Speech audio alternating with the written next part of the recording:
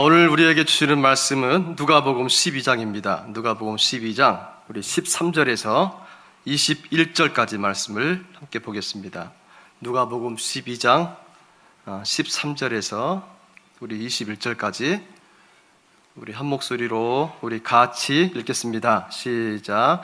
무리 중에 한 사람이 이르되 선생님, 내 형을 명하여 유산을 나와 나누게 하소서 하니, 이르시되 이 사람아, 누가 나를 너희의 재판장이나 물건 나누는 자로 세웠느냐 하시고, 그들에게 이르시되 삼가 모든 탐심을 물리치라. 사람의 생명이 그 소유에 넉넉한 데 있지 아니하니라 하시고, 또 비유로 그들에게 말하여 이르시되 한 부자가 그 밭에 소출이 풍성하매 심중에 생각하여 이르되 내가 곡식 쌓아둘 곳이 없으니 어찌할까 하고, 또 이르되 내가 이렇게 하리라. 내 곡간을 헐고 더 크게 짓고 내 모든 곡식과 물건을 거기 쌓아두리라. 또 내가 내 영혼에게 이르되 영혼아, 여러 해 쓸 물건을 많이 쌓아두었으니 평안히 쉬고 먹고 마시고 즐거워하자 하리라 하되, 하나님은 이르시되 어리석은 자여, 오늘 밤에 내 영혼을 도로 찾으리니 그러면 내 준비한 것이 누구의 것이 되겠느냐 하셨으니, 자기를 위하여 재물을 쌓아두고 하나님께 대하여 부유하지 못한 자가 이와 같으니라. 아멘. 예, 할렐루야. 이 수요 기도회, 수요 예배에는 이렇게 보면 이제 직장에서 일터에서 바로 오신 분들이 적지가 않아요.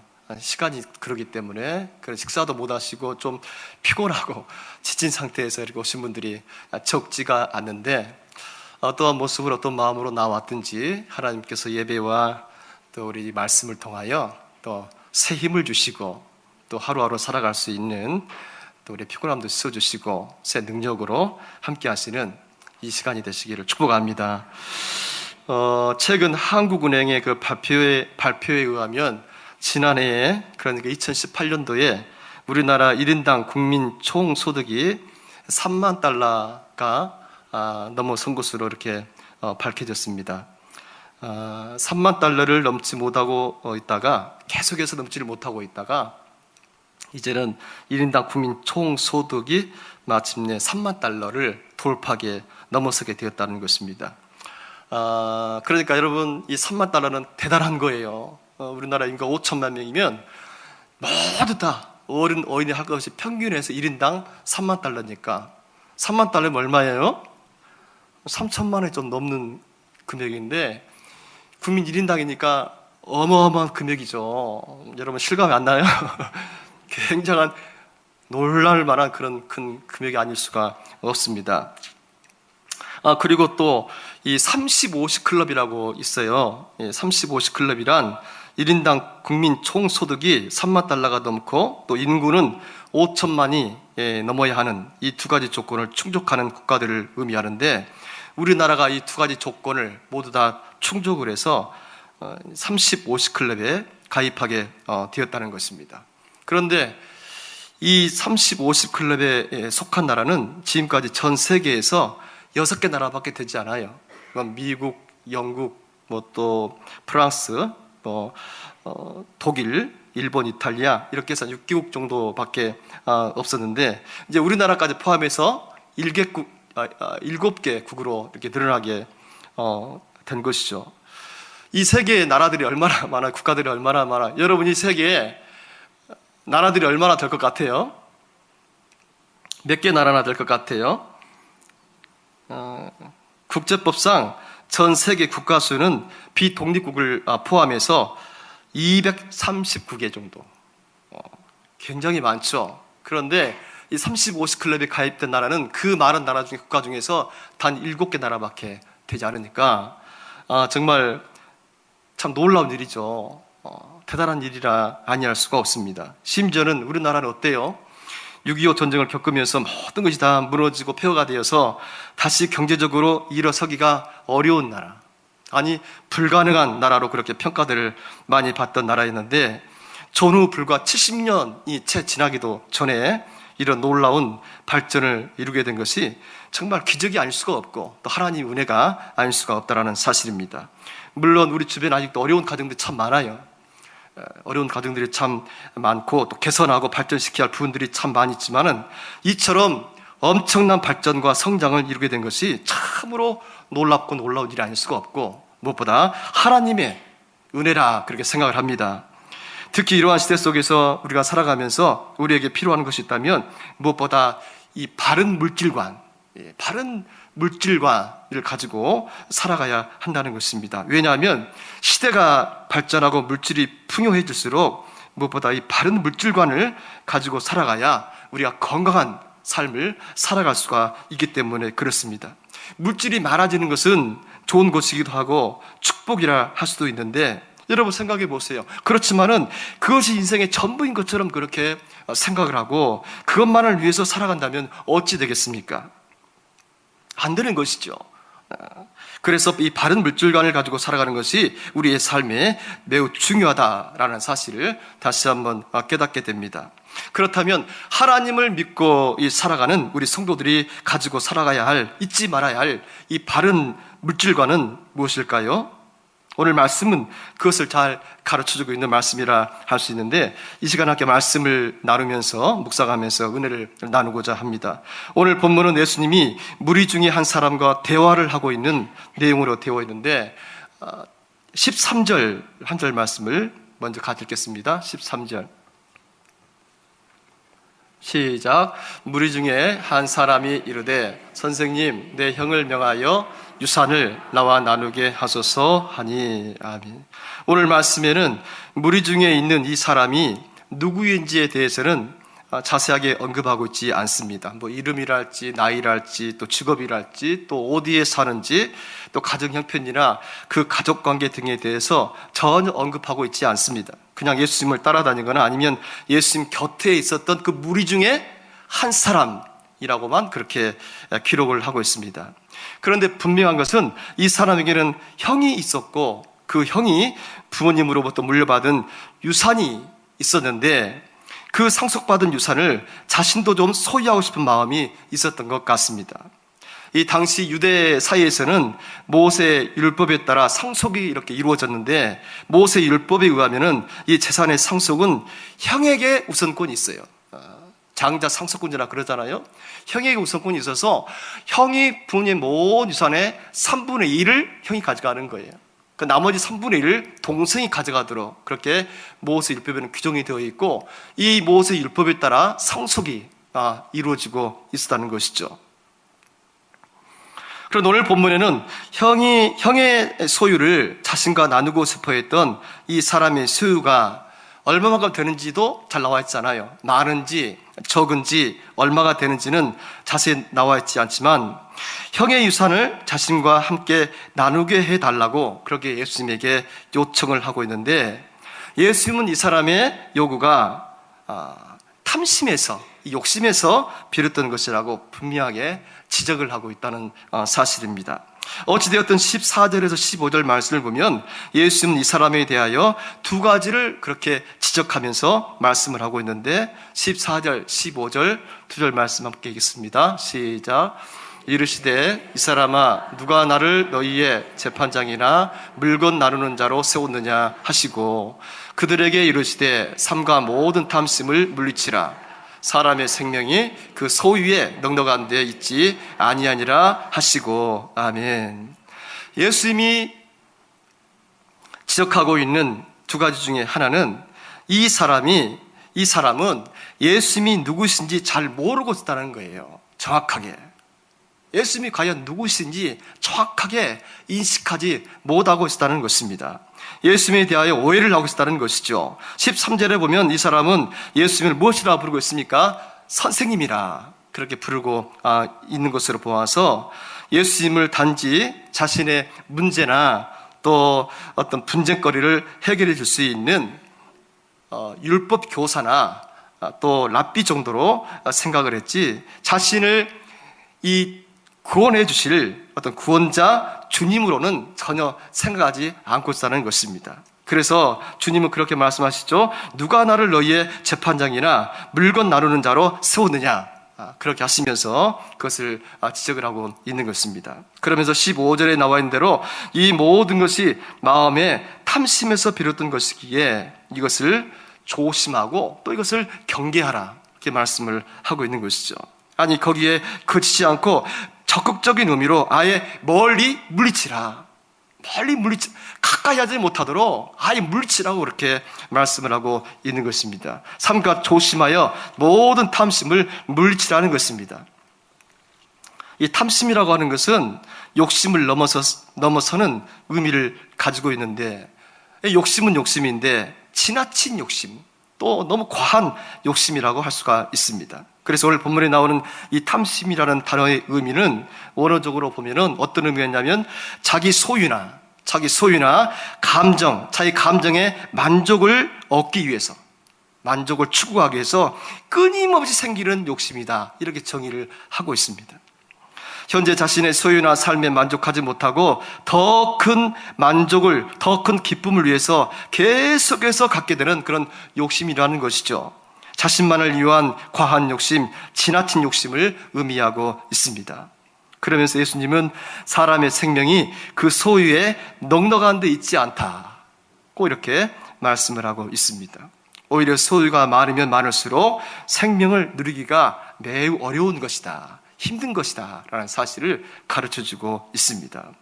물론 소유가 많으면 많은 대로 생명을 충만히 누리며 살아갈 수도 있겠지만은 오늘 본문처럼 자신이 가지고 있는 그러한 소유가 생명을 누리며 살아가는데 오히려 큰 장애물이 될 수 있다는 그런 사실을 다시 한번 가르쳐주고 있는 말씀이라 할 수가 있습니다. 이미 고인이 되었지만 최인호 씨가 지은 상도라는 그 책에 보면 그 책의 주인공인 임상옥이라는 인물이 나옵니다. 임상옥이라는 인물은 조선시대의 최고의 거상이라 그렇게 할 수가 있는데, 그는 늘 품에 잔 하나를 품고 다녔다고 합니다. 그 잔의 이름이 개영배라는 것이었는데 그 뜻은 넘치는 것을 경계하는 잔, 넘치는 것을 경계하는 그런 잔이라는 의미가 있습니다. 원래 이 개영배는 고대 중국에서 과욕을 경계하기 위해서 비밀리에 만들어진 것이라고 하는데, 제나라 때 이 환공이라는 인물이 늘 곁에 두고 보면서 자신의 과욕을 경계했다고 합니다. 그런데 그 잔은 신기하게 밑에 구멍이 뚫려 있는데도 불구하고 잔의 7할, 그러니까 잔의 그 10분의 7이죠. 7 정도까지는 절대 새지 않지만 7할 10분의 7이 넘어서면은 그 모두가 다 밑으로 다 빠져버리는, 물이 하나 남지 않게 되는 그러한 이제 잔이죠. 그래서 아무리 잔을 채워도 절대로 그 10분의 7알을 넘지 않도록 해야 하는데, 이 임상옥 자신도 그 잔을 보면서 늘 품에 놓고 다니면서 그 잔을 보면서 자신을 이렇게 돌아보고 자신의 욕심을 경계했다는 것입니다. 그러한 마음가짐으로 인하여 그런 조선시대의 최고의 상인, 최고의 거상이 될 수 있었다는 것입니다. 잠언서 22장 1절에 보면 이런 말씀이 있습니다. 잠언서 22장 1절 같이 읽겠습니다. 시작. 많은 재물보다 명예를 택할 것이요 은이나 금보다 은총을 더욱 택할 것이니라. 아멘. 한번 읽겠습니다. 시작. 많은 재물보다 명예를 택할 것이요 은이나 금보다 은총을 더욱 택할 것이니라. 아멘. 많은 재물, 많은 재산, 많은 물질보다 이 명예를 택하는 것이 낫고 음이나 금보다는 은총을 택하는 것이 훨씬 나은 것인데, 좋은 것인데, 여기에서 이 은총이라는 단어는 소중히 여김과 존경을 받는 것을 의미하고 있고, 더 나아가서 하나님의 은혜를 의미한다고 볼 수가 있습니다. 은이나 금을 더 귀하게 여기지 말고 오히려 사람들 앞에 소중히 여김과 존경받음을 더 귀하게 여기고, 무엇보다 은이나 금보다 하나님의 은혜를 더 사모, 하며 살아가는 인생이 되라는 것입니다. 그 인생이 어떤 인생보다 가장 아름답고 복된 인생이라 할 수 있다는 것입니다. 특별히 본문에 보면 예수님은 이 무리 중에 있는 한 사람이 좀 더 잘 이해하기 쉽도록 한 부자의 비유를 들어서 설명을 해주시는데 16절부터 19절까지 좀 길긴 하지만 한번 읽겠습니다. 16절에서 19절까지 시작.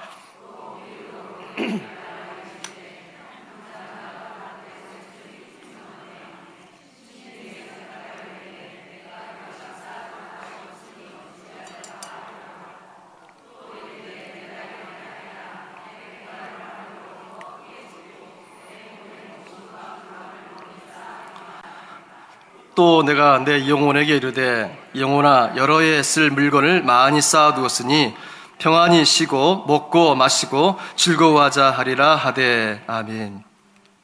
한 부자가 있었다는 것이죠. 근데 그 부자가 농사를 이렇게 짓게 되었는데 그 농사가 아주 잘 되어서 이 소출이, 그 열매가 생각했던 것보다 너무너무 풍성한 소출이었다는 것입니다. 그런데 전에는 전혀 없었던 문제가 새롭게 생기게 되었는데 그것은 그 많은 소출, 그 많은 곡식을 쌓아둘 곳이 그에게는 없었다는 것입니다.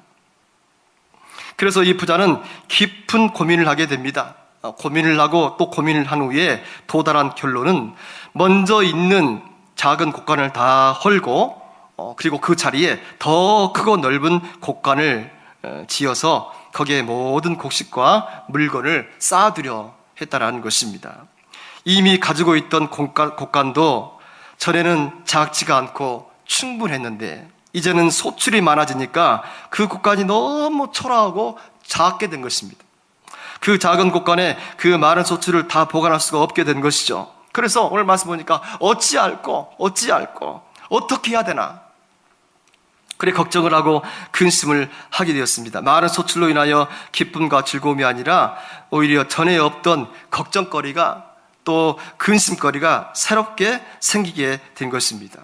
그래서 내린 결론이 무엇입니까? 그 전에 곡간을 다 헐어버리고 다 무너뜨리고 바로 그 자리에 더 새롭게, 더 넓고 더 높고 큰 새 곡간을 짓게 된 것입니다. 그런데 그 부자가 그 많은 소출을 새로 지은 창고에 높이 쌓아서 보관하려고 한 이유가 있었는데 그 이유는 한 가지 때문이었습니다. 그것은 내 영혼이 평안히 쉬고 먹고 마시고 즐거워하는 것이었습니다.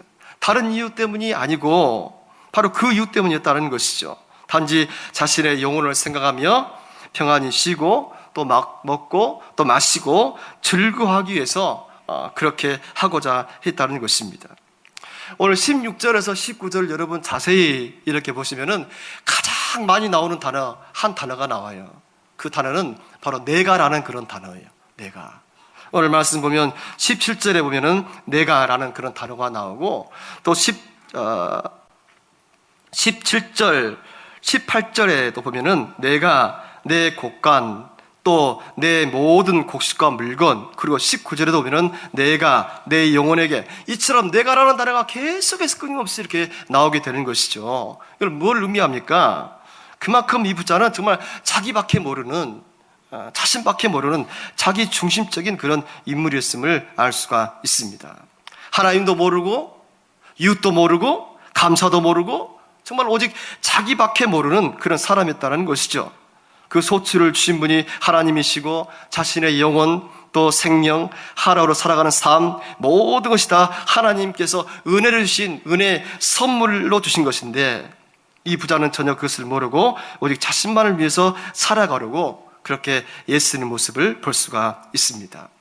여러분 오늘 말씀 보면 이 부자는 이미 부자였어요. 이미 부자였다고 그렇게 기록하고 있습니다.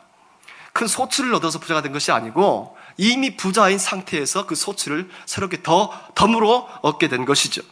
그게 얼마나 더 감사한 일이. 그런데 그에게는 전혀 감사가 없고 오히려 걱정과 근심만 늘어나게 되었다는 것입니다.